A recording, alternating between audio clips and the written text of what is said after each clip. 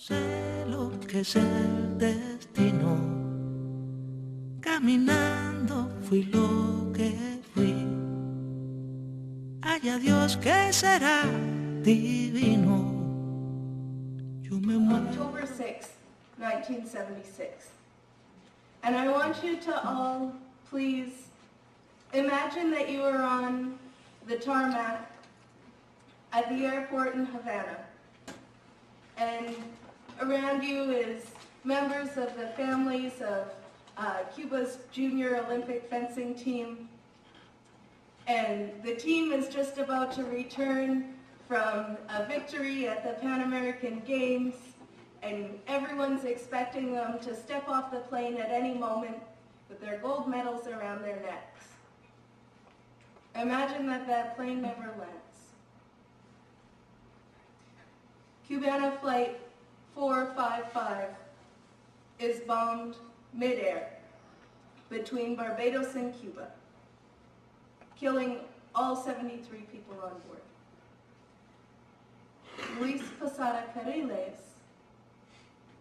a man with a legacy of murder and brutality that stretches all across Latin America, a man who's committed unconscionable crimes against humanity, was responsible for masterminding this attack.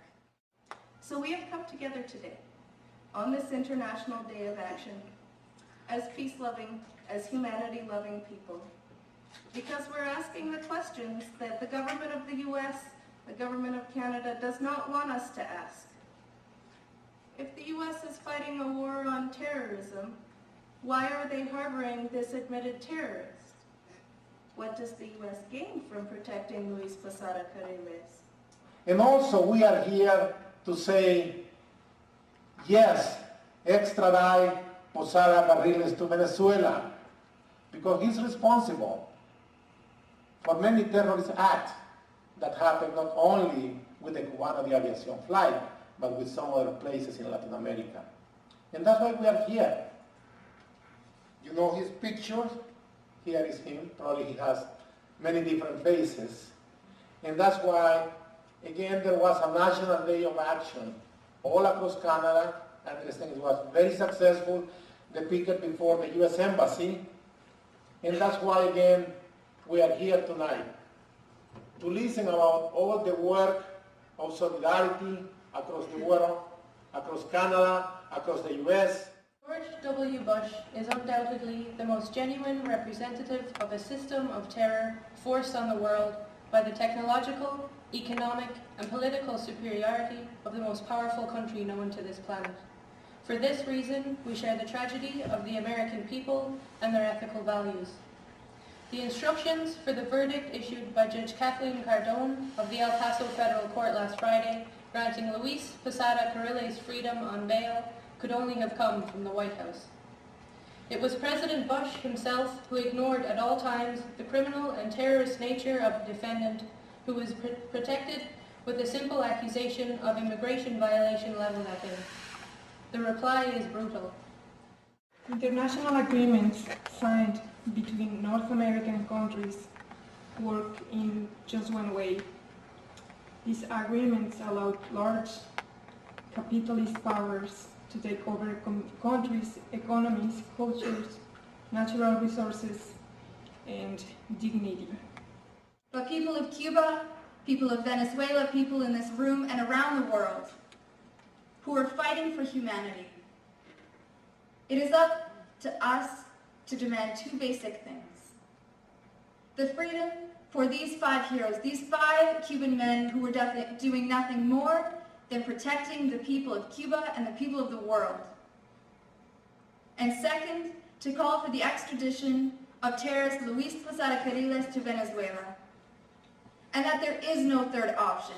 There is no third option for the United States to let terrorist Luis Posada Carriles walk the streets of Miami while they have these 5 innocent men in jail.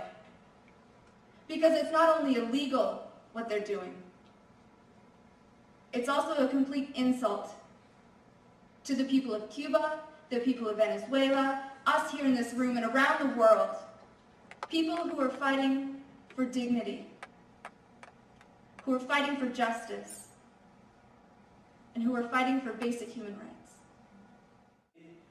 Today, people are united on one great cause.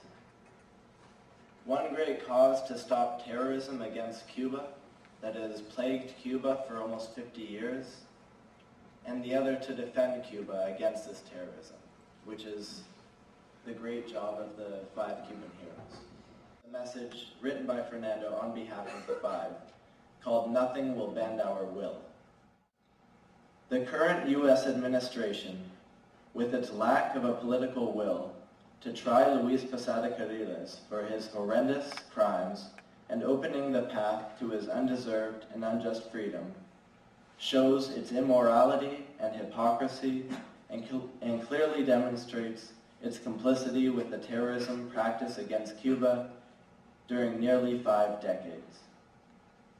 Together with all of Cuba, and together with millions of voices around the world, including in the United States, we express our indignation at such an outrage and demand justice.